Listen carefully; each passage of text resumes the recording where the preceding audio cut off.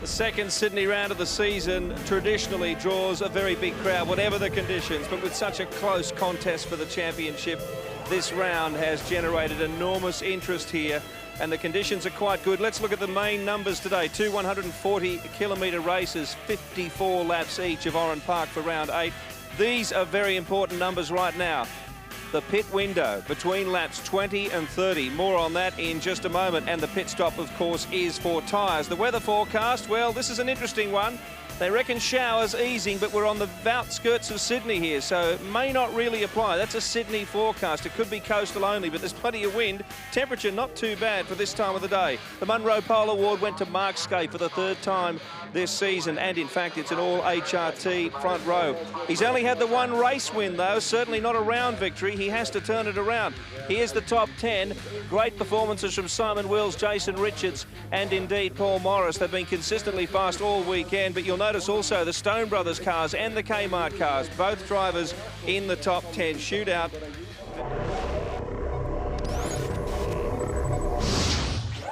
Oran Park Raceway, and this is a fascinating racetrack. 2.62 kilometres anti-clockwise is the direction, an average speed of about 140 kilometres per hour. The cars pass this brand new pit complex on the right on the run down here to turn 1. This is a very awkward track to set up for. A lot of undulations, a lot of changing cambers. People have been going off at turn 2 this weekend, making mistakes. On now to the go-kart track. Turns 3 and 4, up and over the bridge. A lot of variation in track height there. Then descending through the right-hander at 6, where you need to get the car right across the curbing. Turn 8. Then the big run to the complex over the top of the hill at the dogleg. And the final corner, turn 11, brings you onto the front straight. Close to a start now here at Oran Park. Glenn Seaton not out on this warm-up lap before they grid up. He's still having problems, as Daryl Beattie reported earlier. Fastest man in the warm-up was Garth Tander, but the fastest man here so often is Mark Skaife, a winner of 6 rounds at Oran Park. No one else in the current lineup has won here more than once, but it's great to see some drivers from the lesser funded teams like Wills and Richards up there. Likewise, Paul Morris. But a formidable lineup, the championship leader Jason Bright, the only driver to appear in all the top 10 shootouts this season so far. Greg Murphy just making it, and that man in 11th spot, Garth Tander, was very, very quick this morning. Looking further down through the field, Glenn Seaton there. Looks like he will be starting from pit lane. We'll get a confirmation of that. He's running very, very late indeed. Some great gains were made earlier today as we run down through the field by Aussie Mail Racing. John Bauer was fastest, beg your pardon, 5th fastest in the warm-up, but he is starting from the back of the grid because he couldn't record a qualifying time. He lost it. There's Cedar in the garage. Yes, Bauer lost his qualifying tyres when he didn't make the weigh-in when he was coming into pit lane. He didn't have time to qualify. So here we go for the start at Oran Park. An all HRT front row. And away they go. Skaife made a good jump, and then it looked like he bogged down, and I'd suggest that Kelly might well lead them into turn 1. Let's see what happens down here. Jason Richards in the mix as well. Always hard to get all these cars safely through 1 and 2. A lot of dust being brought up at the apex of 1. Looks like they might have made it.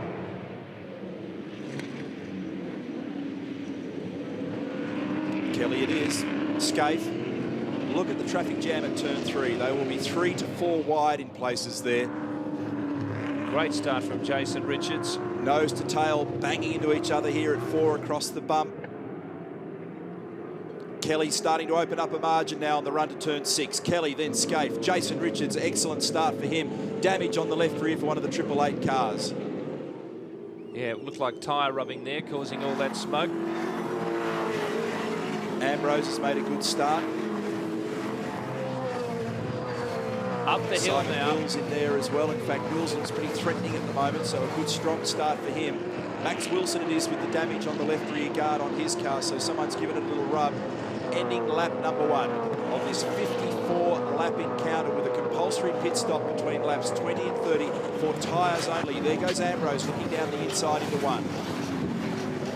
Good start from Murphy too. He's made up a few positions. Look at the lock brake. This has been pattern of the weekend. Stephen Richards, who went off in the warm-up this morning in that very same spot. It's been incredibly windy here in Sydney in the last few days, and they're predicting today gusts up to 80 kilometres per hour in this Camden region in southwestern Sydney.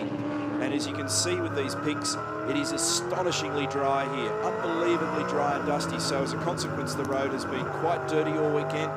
The times have been a little bit slower than many people anticipated. Trying to get a setup here because of the varying wind conditions and the debris on the track hill has been a real battle for everybody. And that middle section of the circuit, just as you go up over the bridge and the next few corners, is where a lot of guys have either gained or lost a lot of time. It's a very important part of the circuit to get right. We just heard word that Glenn Seaton is out of the car back in pit lane. And the right rear bumper on Russell Ingall's car looks pretty second-hand there as well, and he had a big slide on the way up to the dog leg up at turn 9. Cito out of the car. Let's hear from him. Glenn, got to be disappointing that the race got underway before you could get out there. Oh, there's no doubt, but the guys put in their biggest effort to try and get it done. It's totally my fault this morning with what happened out there, and just got under it with cold tyres and turned it around and ended up hitting the tyres there and done a bit of damage. So, but they worked their guts out to try and get out there, and we just missed out. But we'll be out there for the second one. Thanks, Glenn. Thank you.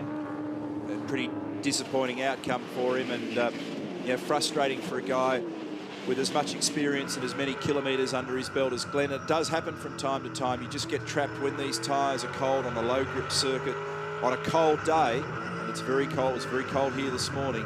It's so easy to do. So he's gassed her up coming out of turn 2, got sideways, got it crossed up, and then whacked the bridge, the big stanchion down there where there's a heap of tyres, and you can see in our opening shots in the telecast the damage on the front right-hand side of that car looked pretty average. This is on board with Marcus Ambrose.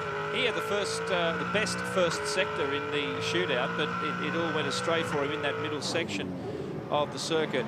He's sweating on Simon Wills at the moment, who qualified very well, who had a really on-the-edge lap, and Simon almost bowled a wide down here at turn 2, but the rest of the lap he put together very well. Jason Richards is just ahead of them. There's quite a battle developing here. Meanwhile, the fastest man on the track is Mark Scaife with a 1 minute 9.5. Todd Kelly's fastest so far was a 9.8. They've all done that time on the previous lap. Kelly, Scaife, Richards, Wills, Ambrose. We're looking at that battle. Then it's Jason Bright with that drama on Friday, and the suggestion, quite an amazing suggestion, that could well have been sabotage that sidelined that car in the first session on Friday, and obviously there'll be more to come on that story.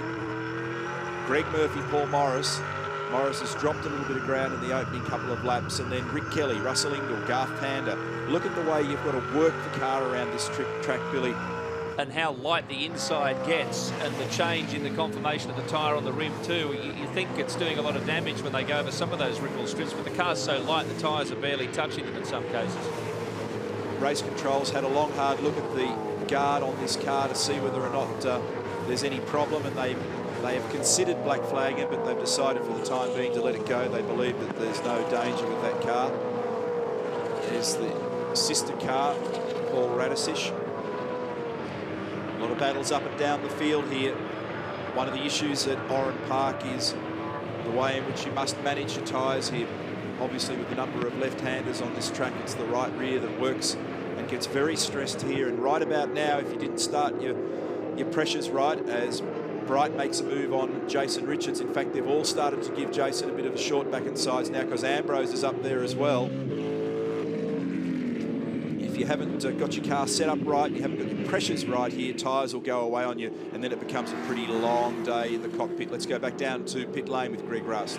Neil, I was actually speaking with Wally Story from Tasman Motorsport about this exact issue this morning, and he said one thing to keep an eye out for just prior to the pit stop window today is guys repressuring tyres. Often just adjusting by a pound or two at this track can make a massive difference. And Wally said with this car, as you picked up yesterday, Neil, in the shootout and in qualifying, the Tasman Motorsport car isn't quite a pointy car. It flows a lot. Wally says it's important here to keep the suspension a little bit softer, let the car move around a little bit, get some corner speed, and with that surface, the surface here, which is not unlike the old Barbagallo surface, try and generate some traction from the car.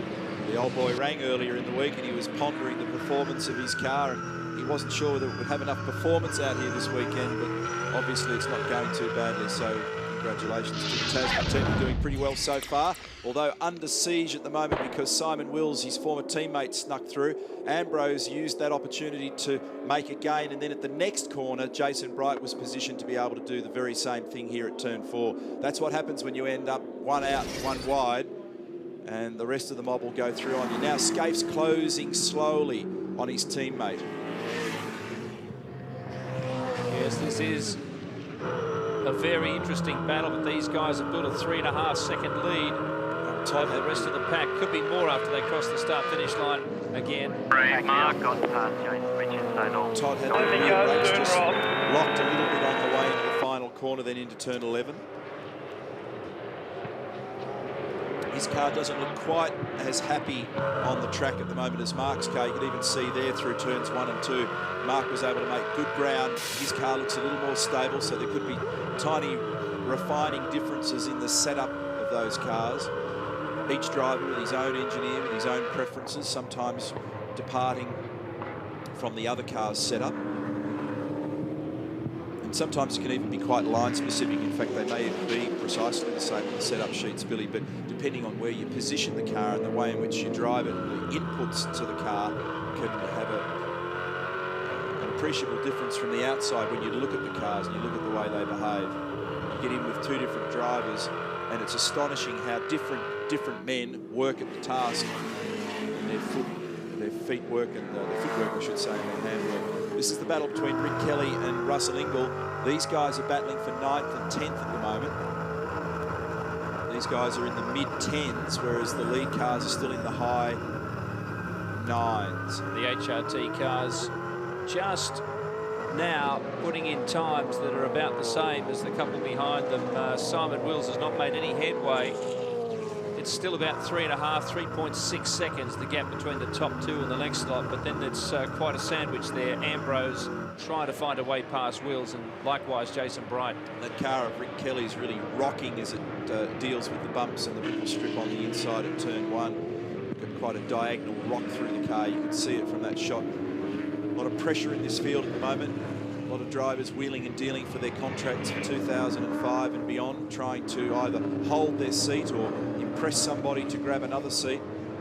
A bit of aggravation during the week when it was announced on Friday that the stewards had determined that the technical infringement by Perkins Motorsport at Winton regarding the lower control arms on the Stephen Richards car at the last event were deemed to be illegal, but the punishment was a $5,000 fine. That certainly got a few people talking. Also during the week, an announcement that our race in Tasmania later in the year will be a triple challenge of 3 100-kilometre races, and another further announcement from Avesco, the Australian V8 Supercar Company, and Tiga, that in future, as a result of incidents like the odd wire connector in the Ambrose loom and the incident with the suspension pickup lower control arm points on the Richards car at Winton, in future, whenever the technical director of the category finds an irregularity with the cars, there'll be no debate. They'll be either excluded from that qualifying session or, in fact, disqualified from the race. Look at the distortion on that tyre. That's at turn, let me think, 4 on the way up to the bridge. And you can see the rim just protruding as the sidewall deals with the massive loading on these cars. Remember, you got, with fuel and drivability, it's almost 1.5 tons of car multiplied by the acceleration forces and that little contact patch of tyre just trying to hold onto the road. It's a great shot. Kelly still leading skate. Oh, this is Jason Richards, or is it Coulthard? It's his teammate. Who incidentally tried to get some time in that car in a recent test session here, but unfortunately they had some problems. And trouble at turn 8. Dumbrell's involved here, and so is Craig Baird. A few people have had to take evasive action and go around the outside. Shades of Queensland Raceway there for a moment with all that dust, and the drivers might have had vision obscured. A lot of damage to the left rear of Baird's car. We'll take a look at how it handles, see if there's any structural damage there. There'll be more to the story there, no doubt. I was just about to say that the gap between the HRT cars and Simon Wills has come down by 0.6. It's only 3 seconds. Let's have a look. This is the Coulthard incident, and it's Anthony Tratt involved with him. And he's just gone out there and ploughed a bit of a furrow in the paddock, and at the same time punctured the left front. Here's the incident at turn 8. Now we've got one of the 888 cars. Bradley Jones gets bumped from behind by the look of it, and he in turn bumps Craig Baird, trying to work out which one of that, whether it was Radisich or Wilson that bumped Jones, and Bauer had to go around the outside. So did Tony Longhurst. And this is how it took place. Don't think there was too much aggro involved in that move, Neil Crompton. Mark had the quicker car, and Todd wasn't defensive down there at all. He knew that he was under pressure, and in fact the last thing they needed to do was make a silly mistake and make contact. Here's Rick Kelly going off. He just went in there way too hot, locks the front left, and because the gravel trap's been extended closer to the edge of the track now, there is no margin for error. So when they go off, they stay off, and that prompted a safety car. Meanwhile, Craig Baird got some biffo down at turn 8. I think he got run into the back of by Brad Jones, who in turn was pushed by one of the 888 cars, and they ultimately had to yank away the bottom of the skirt really of the rear bumper. The technical director for the category, Paul Taylor, leans in here and says, guys, I want you to do more than put race tape on there. So they get the message, and a couple of grand goes south there. Carbon fibre torn away, and then they dispatch him. Now aggravation here at the restart, and Lowndes, one of the Shell cars, and Max Wilson all getting together on the exit of turn 3, ending up with Wilson in the wall. He already had damage on the rear of the car.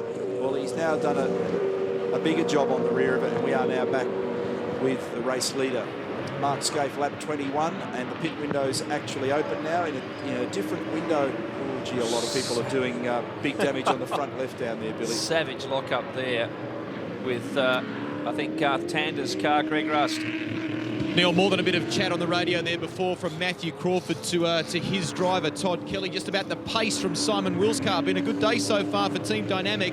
Matty doing some calculations. He reckons that Wills has been in the order of about 3/10 or 2/10 faster per lap, so that gap is obviously narrowed between those two guys. Just telling Todd to be mindful of the pace. Everyone's set for pit stops down here, boys. It's going to be pretty busy. Yeah, I was about to make a comment on that. We've got a different window this weekend. It's between 10 and 30. Remember, it's for tyres only. It doesn't include fuel at this racetrack. And we've got 2 races today, 54 laps in duration. And so, as always, these pit stops are critical. That bumper that we saw down there on the right, I think belonged to Russell Ingall, because it completely parted company with his car.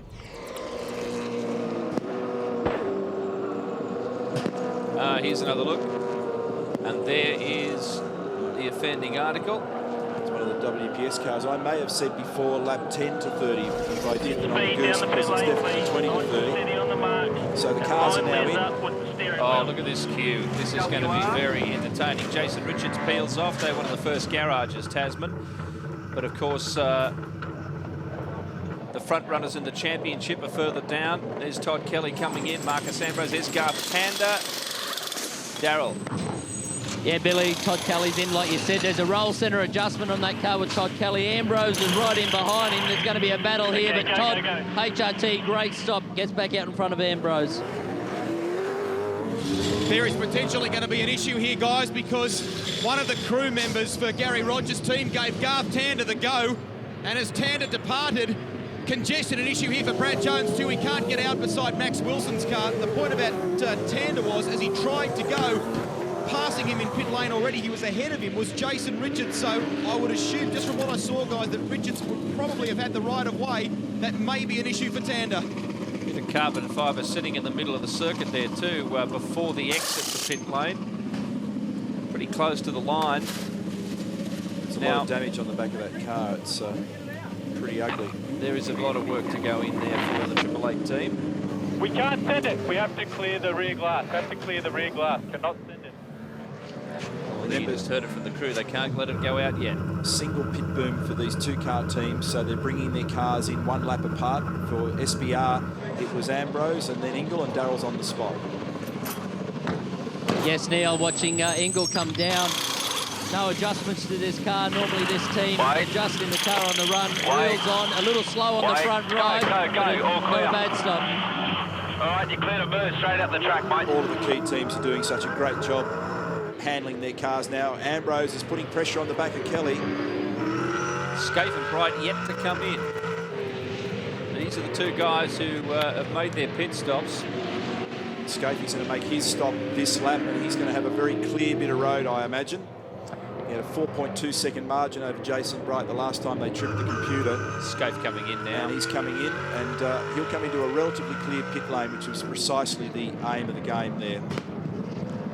I think he might benefit from this reshuffle, Mark Scaife. You can see car 51, Greg Murphy, not that far behind him. Jason Bright, as far as we know, is still out there. He might have been in that queue, but I don't think so. Seems like once they've burned off the tyre edge, they're lapping now in mid-tens, Darryl. Yes, Neil, Scaife in, same thing. No adjustment to that car, so Todd Kelly was the only one out of those two HRT cars that had the roll centre adjustment. Murphy in as well. Now, slow stop for Murph, slow on the left rear, very, very slow. Now trouble for Murph. Oh, I tell you what, he would not have wanted to be a millimetre later, and he's on cold tyres, and they can't afford to hold each other up for too long because you've got Ambrose lurking there. So Scaife does the right thing, drives down the inside, the brakes lock up on the way into 3. Todd was carrying a lot of speed there, and that was very close. I'm not sure if they didn't even touch there at one stage as they wheel Max Wilson's car into the garage a little deeper. But this is excitement plus out here with Ambrose right behind them. The result of the race could hinge on this bout right here. Another lock-up for the HRT front runner, and even on the right front of Toddler's car, I suspect. Yeah, Mark's pressing on, and those tyres are not up to temperature, and they haven't come up to pressure either. And Ambrose waiting to pounce, hoping for an opportunity. Bright is in. Darryl? Small adjustment to the roll centre on Bright's car as well. Very good stop, quick stop for Bright, and not any chaos in the pits as well. Unofficial race leader, Mark Scaife from Todd Kelly. There are 8 cars ahead of them, although 3 of those have just peeled into the pits, so 5 cars ahead of them yet to make their pit stop. Bauer, Radicic, Noski, Tratt and Walden. But this is where the battle lies. Now, Mark's car will be starting to normalise now and feel correct. He's done a lap on those tyres and he's held track position. Let's go back downstairs to Greg. Rick Kelly coming in now, Neil, in the second of the Kmart Racing Commodores, and the lane is all but clear for him. Just had a word to some of the officials down here. They say they're going to let things settle from these round of pit stops, and they are going to look at that pit lane incident between Jason Richards and Garth Tander. I've got an update on that, Greg, and they have just issued a black flag to Garth Tander, race control, suggesting that the car, Garth Tander, has to do a drive-through for that incident in the pit lane that you referred to. This is the battle, Billy, for second. Last time through, the computer trips over. Ambrose was 1/10 of a second quicker than the man in front, Todd Kelly. Scaife's done a 10.8 this lap, 10.7 for Todd, 10.6 for Ambrose. So of the front runners, Ambrose has got the fastest car at the moment. His car's coming into phase a bit now with the way it's looked after its tyres. He did look good in the... He's gone off. Todd's Kelly. gone off. He outbraked himself at 3. Pinched the brake. Well, this will be interesting, Neil, because it unlocks the situation for Ambrose, and he has 14 laps to just prove how fast that car is. And the margin last time from Mark to Todd was 2.7 seconds, so it's going to be roughly 2.5 seconds between Mark and Marcus when they cross the line the next time. And there's a bit of traffic. We've got a bit of work to do here, so this will be very interesting. This car seems to be working well and looking after its tyres a little bit better at this later phase of the race. And Todd just simply locks the brake a little bit here and can't recover it to get back to the apex quick enough. He did a good job of just making sure that he kept the car on the road. Back down to pit lane with Greg. Neil, they obviously had some sort of change to Marcus Ambrose's car during that tyre stop. We'll try and find out what that was for you, but there was more than a bit of chat between Marcus and his engineer Paul Forgy before they came in for the pit stop. Marcus explained where the car was strong and where he felt it was weak. He threw it through the final turn up onto the front straight. It had good traction and through turns 1 and 2, but he was struggling in the middle part or the middle sector of the circuit. By contrast, Todd Kelly, well, he and his crew chief, Matty Crawford, they went for possibly an increase of ½ a pound in tyre pressure. So wonder if that's a move in the right direction that may or may not have hurt them. Only time will tell in their post-race analysis the answer to that question, Greg, but it's a little bit cloudier today than it's been in the past 2 days. The wind is still quite intensive from the same direction, but there's certainly more cloud cover, and that will mean that people will be more likely to fiddle with tyre pressures and fiddle with roll centres in the race, because their prolonged running in the previous conditions would have brought about a different outcome. All over the back of Jason Bright and Todd Kelly just up ahead of them. This is the battle for third place. Kelly third, then Bright, then Engel. Up ahead, Scaife leads Ambrose by more than 3 seconds. We're not sure if that's car speed or traffic. They're getting into a lot of lapped traffic, those two leaders, but this is a great battle. They're into it. This is fantastic, and Russell's really applying pressure to the back of Jason, and we had some shots before, exactly this shot here, and you have a look at the way Brighty's car's just wriggling all over the place. He's struggling for grip at the moment, and he's fighting hard to hold his spot on the road, and Todd's in there as well. These cars, all three of them, are absolutely 10/10ths on the limit, fighting for position in the late stages of the race. The Stone Brothers cars do look very poised, don't Down they? the inside for Russell, got him. He left room, oh bang, contact. That is a very, very wide sweeping corner uphill. That's all right, mate. That's all right. That's no great Engel problem, drives mate. away from 11 right now. seconds back to Bug. That's just fine, mate. Just yeah. I didn't catch what you said about the rear bar. We won't worry about that. Mate, that's all great. These HRT cars can just fuck out. So Russell made a good move, got down the inside here, and was well up the side, but he actually had to dive bomb him to do it. He probably, if anything, had a little bit too much pace, because he ultimately used Brighty as a brake, but he got away with it, and he was far enough down the inside to do the job. And as I said before, that moment, these guys are absolutely on the limit, and Russell saw a hole and had to dive into it. Looking at the shape of the cars, it won't be long before Russell rounds up Todd Kelly either. Now, Craig Lowndes with a spin here. And he was trying to get underneath David Bernard, and in the process here, bulldozes the VB side, takes a little bit of it with him. John Bowers in the battle there as well, and I think he was trying to go down the inside. Now, the problem was a bit of styrene stayed on the front, so his engineer, John Russell, said, hey, Craig, can you stop and get rid of it? Which he duly did, exiting turn 2 before this little right-hander down here at 3, and it fell off nicely, and John said, hey, that was pretty well done. And he continues on his way. Let's go back down to pit lane with Greg.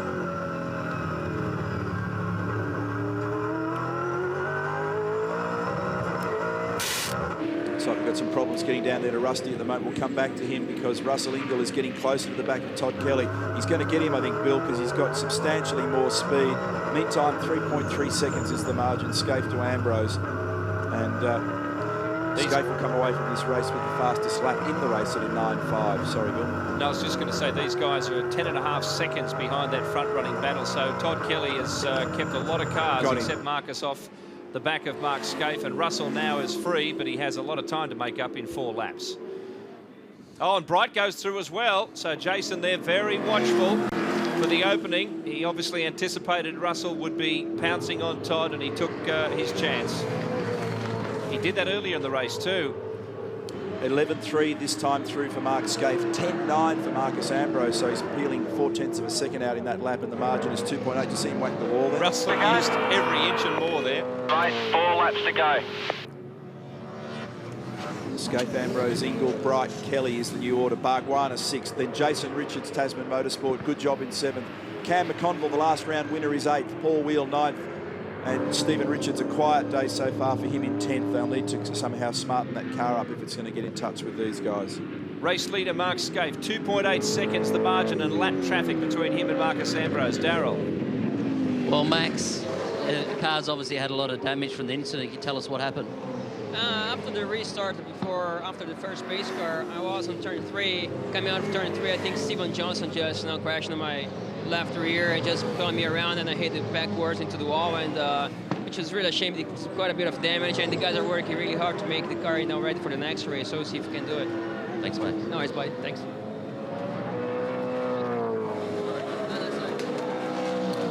The Max Factor, teaming with Craig Lowndes at 888 next year, as Mark Scaife rocks away. 2.6 seconds the margin on Ambrose. And 11 flat as we look at Paul here.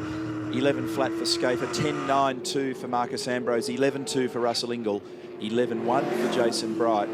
and a 14.8 for Todd Kelly on that traffic interrupted lap when they all went underneath him at turn 8. That just goes to show what happens when you go out of your rhythm, Bill, and offline. Look at the difference in that lap time there. He's dropped 3.7 seconds being passed by a couple of people.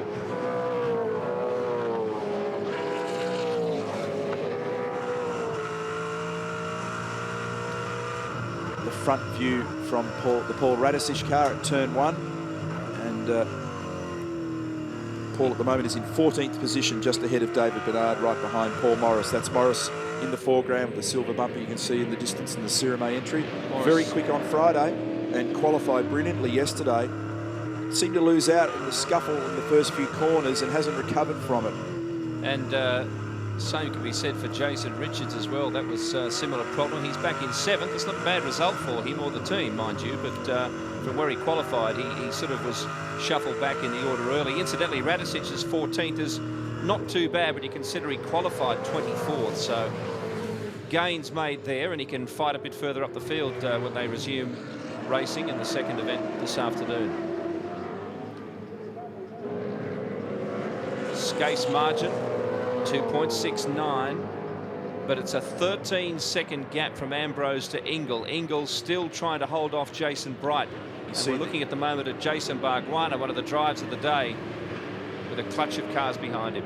You can see in the background there, Bill, the shell car of Stephen Johnson's been sent out. They had a problem with an input shaft or something in the transmission of that car, and they've just parked it and decided that if they can do the last lap only, they'll be classified as finishers and therefore get a handful of points. So they've sent him out now.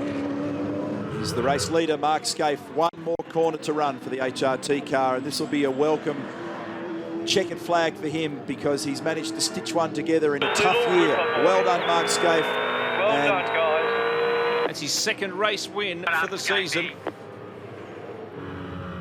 Pole position and then a race win, and he withstood the pressure. He was very, very lucky to get out just in front of his teammate and Marcus Ambrose and Simon Wills in that pit stop. And 2.7 seconds was the margin at the flag from Scaife to Ambrose. Russell Ingle holds third from Jason Bright. That was a much closer battle. Todd Kelly lost nearly 11 seconds on those two, so he was slowing down quite considerably in the closing laps. That was a great result for SBR because they really came on when it counted, and the way their car's looking after its tyres in the latter stages of the race is very impressive, and good job for their engineering group to bring their cars home second and third. He's well placed for a 7th round victory here, Mark Scaife. Of course, he still has to survive the second race, and Ambrose will be alongside him this time. That'll be a great battle into the first corner. Neil, have you got a quick championship update here? He says as he passes it as across he passes to you. it on to me, the mathematician. Scaife there with the winning margin. And Jason Bright has slipped a little in the championship battle, but we'll recap that when we come back from a break. Here are your positions. Stephen Richards fighting up to 10th position. Remember, he didn't qualify so well.